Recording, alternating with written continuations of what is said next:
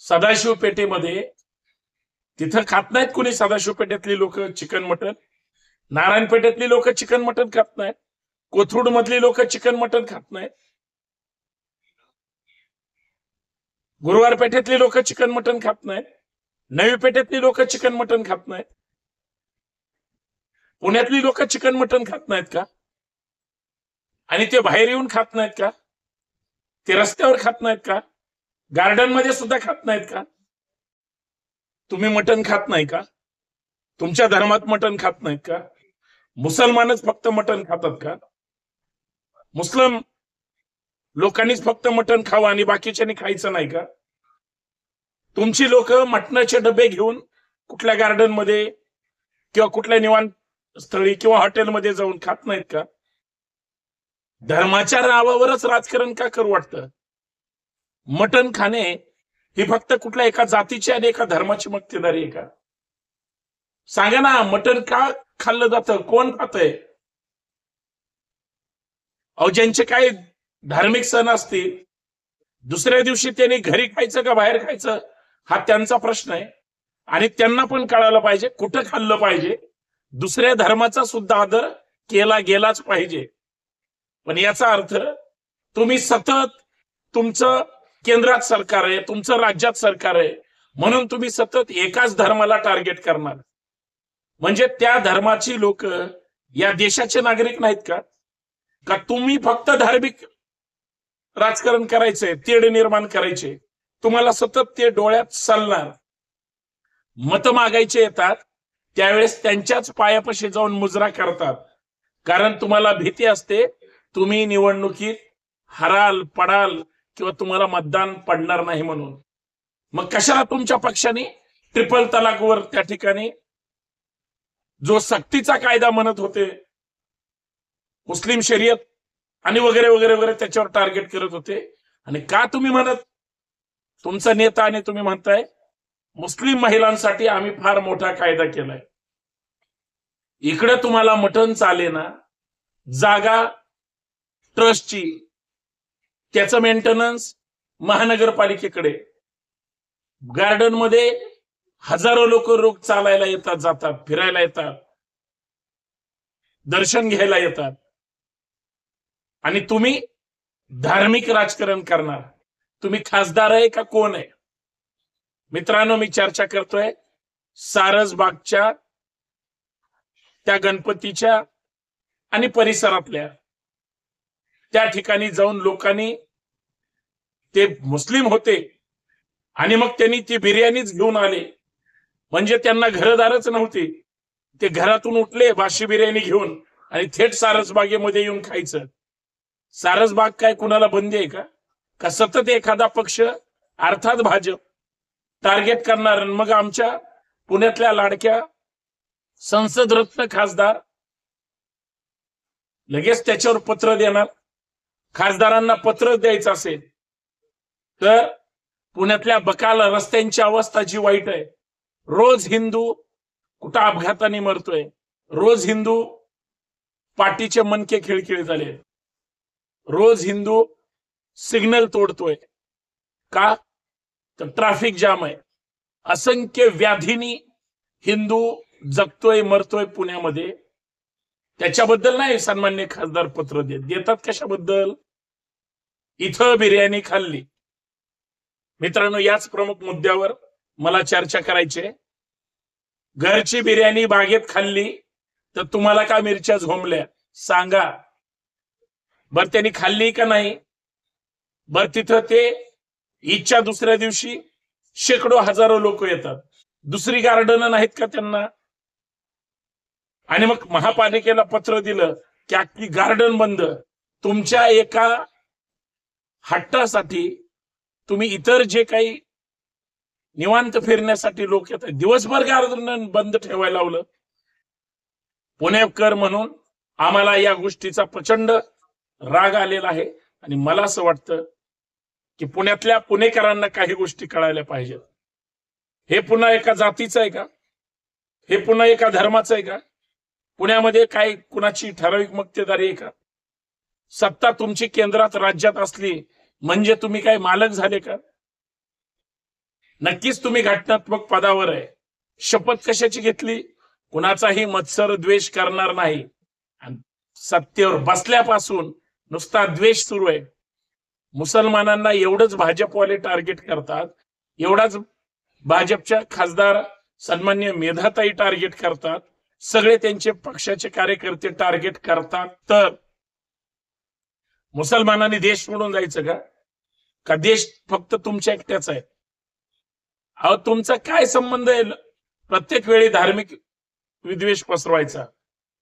मित्रांनो, या सगळ्या लोकांना राजकारण करायचंय.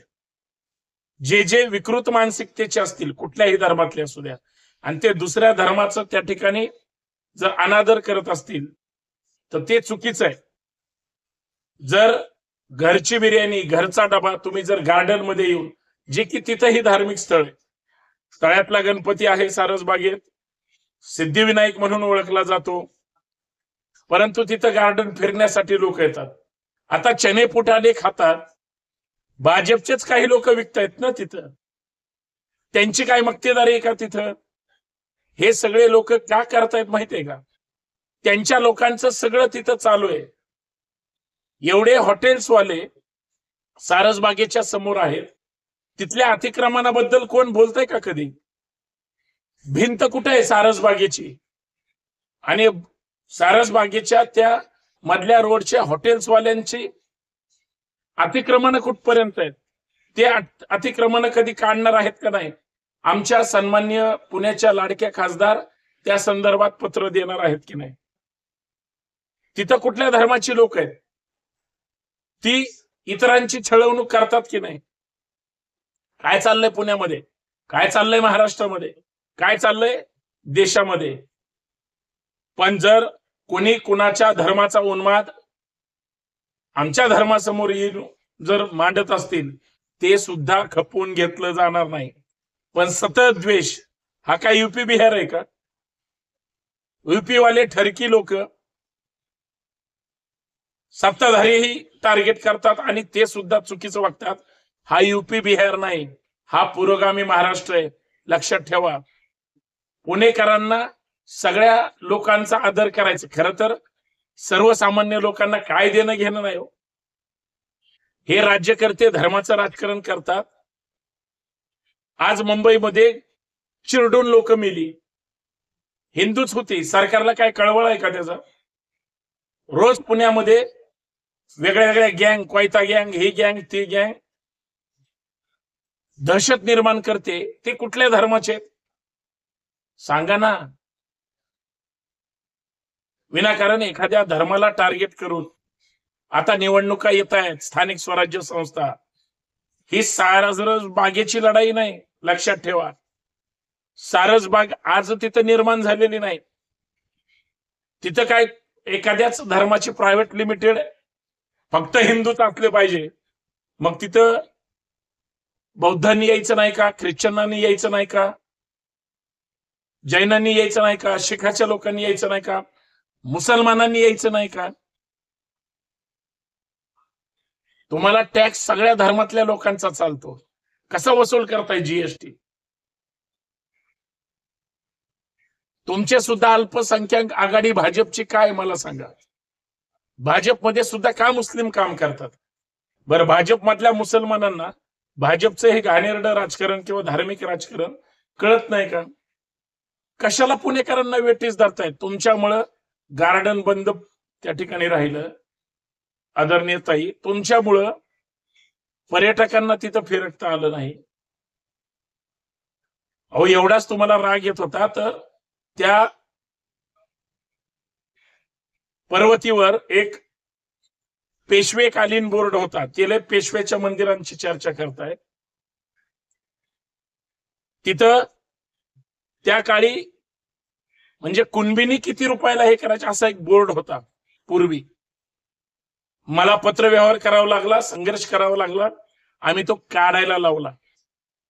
त्यावेळेस कुणबीनी 25 होनला विकत मिळायचं असं लिहिलं होतं. आजपर्यंत आता 2021-22 पर्यंत आम्ही नव्हतो जात तिकडं पर्वतीवर कधी, आणि पाहिल्यानंतर धक्का बसला. काय आमच्या महिलांची इज्जत आहे. खर तर सगळ्या सन्माननीय पुण्यातल्या सगळ्या लोकप्रतिनिधींनी या मुद्द्यावर चर्चा केली पाहिजे. प्रत्येक स्त्री कुठलीही असू द्या त्या माता भगिनींचा सन्मान केला पाहिजे. कसल्या म्हणजे कशाचं रेट कार्ड लावलं होतं, का लावलं गेलं होतं, उत्तर नव्हतं संस्थानाकडं. मग तुम्हाला फार पेशवेकालीन ते मंदिर आणि तळ्यातला गणपती वगैरे सगळं म्हणताय. मग त्यावेळेच्या बहुजनांना त्याच पेशव्यांनी छळले माहिती आहे ना आम्हाला. हात जोडून विनंती आहे, राजकारण करा, बिंदास करा, तुमचा तो अधिकार आहे. पण राजकारण सतत धार्मिक द्वेष. पण मी अजिबात असं म्हणणार नाही, जे विकृत असतील, जे वाईट असतील, जे कपटी मनाने मग ते छळवणूक करत असतील, चुकीचं वागत असतील, त्यांच्यावर शासन झालं पाहिजे. आणि त्यावेळी आहे ताईंच्या पाठीशी अख्खे पुणेकर असतील. पण राजकारण एवढे अतिक्रमण चालू आहेत, एवढी सगळे बळकावतायत.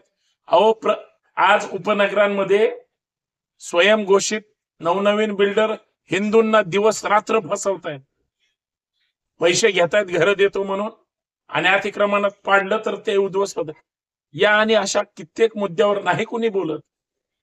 पण युपी बिहार सारखी परिस्थिती आमच्या महाराष्ट्रात सुरू केली. सतत धार्मिक द्वेष, सतत धार्मिक राजकारण, विद्वेषाचं राजकारण.